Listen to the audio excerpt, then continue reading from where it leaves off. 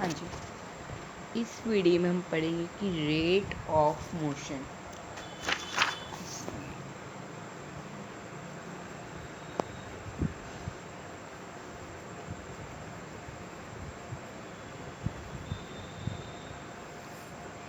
और इसके अंदर के टॉपिक्स। तो रेट ऑफ मोशन होता है हमारा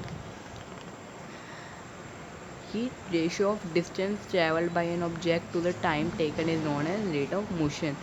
अब कि डिस्टेंस का रेशियो किसके साथ? टाइम के साथ। क्या कहते हैं उसे? Rate of motion. डिस्टेंस का रेशियो टाइम के साथ क्या कहते हैं इसे? Rate of motion. तो अब हम इसके टर्म्स पढ़ेंगे कि रेट ऑफ मोशन के अंदर वेरियस टर्म्स आती हैं। हमारी स्पीड, फर्स्ट एग्जांपल आता है हमारा स्पीड। तो स्पीड क्या होता है? Speed of an object is defined as the distance travelled by it per unit time. कि अगर आपको किसी भी ऑब्जेक्ट की अगर स्पीड निकालनी है तो स्पीड क्या होता है? डिस्टेंस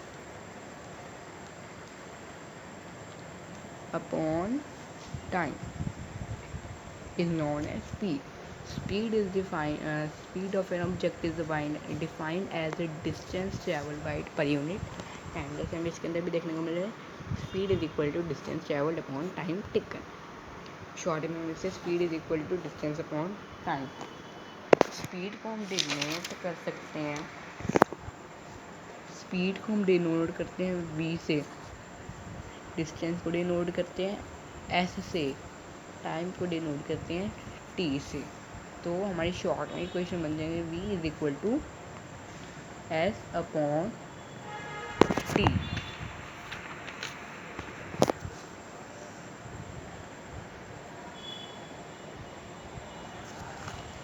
और स्पीड की SI unit of speed is equal to,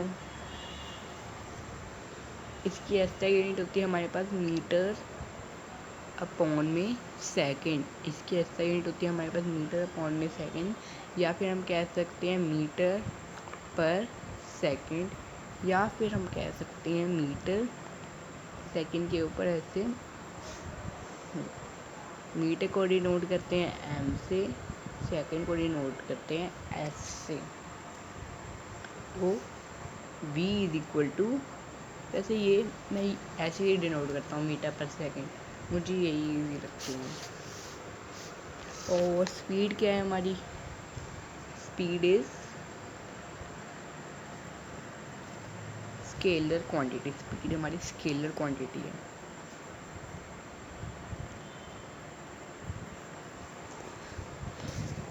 ये भी पढ़ लिया, स्पीड एक स्केलर क्वांटिटी है। SI यूनिट भी पढ़ लिया स्पीड की, मीटर पर सेकंड, मीटर पर second. The distance travelled bye an object is either positive और ज़ीरो। जो डिस्टेंस ट्रैवल होता है ऑब्जेक्ट के, या तो वो पॉजिटिव होगा या तो वो ज़ीरो होगा। सो द स्पीड में बी पॉजिटिव और zero but never negative.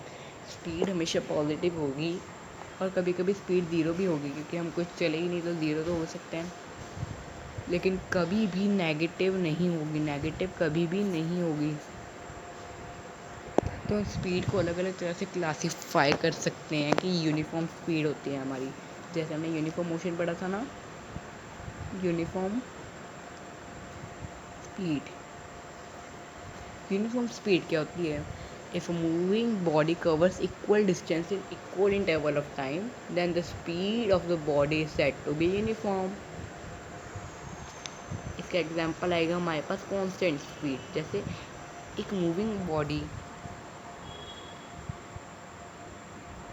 Equal distance cover करती है, एक मूविंग बॉडी 100 मीटर, मान लो 100 मीटर का डिस्टेंस ट्रेवल करती है 10 सेकंड में, तो ये आएगी then the speed of the body set to be uniform. तो इसकी स्पीड जो आएगी वो हमारी यूनिफॉर्म आएगी। स्पीड इज यूनिफॉर्म, स्पीड हमारी आएगी यूनिफॉर्म। इसका एग्जांपल हमारे पास आ सकता है यूनिफॉर्म स्पीड का कांस्टेंट स्पीड। कांस्टेंट स्पीड मतलब जैसे एक ऑब्जेक्ट 2 मीटर पर सेकेंड की स्पीड से चल रहा है तो चली जा रही है स्पीड से, इसे हम कहते हैं कांस्टेंट स्पीड। नेक्स्ट आती है हमारी non uniform speed. Non uniform speed, non uniform speed आती है हमारे पास कि if the moving body cover unequal distances in equal interval of time, then the speed of the body is said to be non-uniform। कि अगर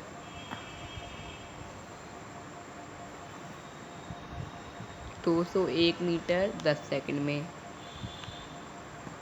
90 metre फिर 10 second में, B point, ए point, ये हमारा सी पॉइंट, तो ये आएगी हमारी नॉन यूनिफॉर्म स्पीड का एग्जांपल। अगर ऐसी स्पीड होगी तो हमारे पास, जैसे वो कभी 20 मीटर पर सेकंड की स्पीड से चल रहा था तो आगे जाकर वो कभी 10 मीटर पर सेकंड की स्पीड से चलने लगे तो ये हमारी नॉन यूनिफॉर्म स्पीड होगी। नेक्स्ट आता है हमारा मेन टॉपिक जो आता है एवरेज स्पीड का। एवरेज स्पीड ये हमारा बहुत मेन टॉपिक है कि अगर हमें किसी की भी ऑब्जेक्ट की भी एवरेज स्पीड निकालनी है तो इसे हम डिफाइन कर सकते हैं ratio of the distance travelled by the body as the total time taken. तो total distance travelled by total time taken. अभी कुछ क्वेश्चंस भी करेंगे इसके ऊपर। It is a total distance travelled by total time taken. Total distance upon total time. जैसे हम speed हमारा होता है, स्पीड को मैं ऐसे लिख रहा हूँ, speed is equal to distance upon time. अगर हमें टाइम निकालना है तो हम कर सकते हैं time is equal to speed up distance upon speed. ये एक पॉइंट है। अगर हमें डिस्टेंस निकालना है तो डिस्टेंस फाइंड आउट करने के लिए S multiply by T, speed into time. तो आप देख लीजिए, अगर हमें स्पीड निकालनी है तो डिस्टेंस अपॉन टाइम, टाइम निकालना है डिस्टेंस अपॉन स्पीड, डिस्टेंस निकालनी है तो स्पीड इंटू टाइम में मेन है।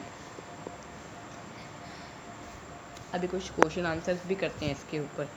जैसे आपको पहले एवरेज स्पीड के ऊपर आपको एक क्वेश्चन करके दिखाता हूँ। जैसे ए पॉइंट बी सी 2 घंटे लेता है ऑब्जेक्ट 50 मीटर कंप्लीट करने के लिए।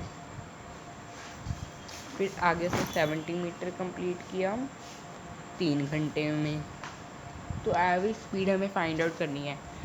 एवरेज स्पीड को हम डिनोट करते हैं ऐसे।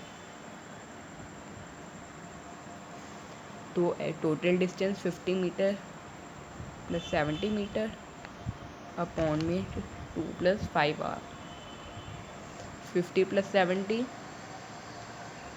120, 120 अपॉन 5, आंसर आ जाएगा हमारे पास 24 किलोमीटर। मैंने आपको मीटर में दिया ना, सॉरी मीटर, 24 मीटर पर सेकंड की एवरेज स्पीड हमारे पास आ गई। अभी और भी क्वेश्चन करेंगे इसके आगे।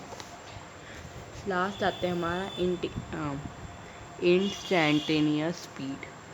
एक ऐसी speed of an object particular instant of time at a particular point is known as the instantaneous speed of an object. तो एक ऐसी स्पीड एक ऑब्जेक्ट की है जो पर्टिकुलर इंस्टेंट ऑफ टाइम, एक पर्टिकुलर इंस्टेंट ऑफ टाइम और एक पर्टिकुलर टाइम में और एक पर्टिकुलर पॉइंट पर, एक पर्टिकुलर टाइम में और एक पर्टिकुलर पॉइंट पर, उसे हम क्या कहते हैं, इनस्टेंटेनियस स्पीड। ये वैसे मेन टॉपिक नहीं है, इससे मैंने आपको इतनी मतलब डिटेल में नहीं पढ़ाया। सबसे मेन टॉपिक था आपका एवरेज स्पीड का, फिर ये दोनों टॉपिक भी आपके चलो थोड़े से इंपॉर्टेंट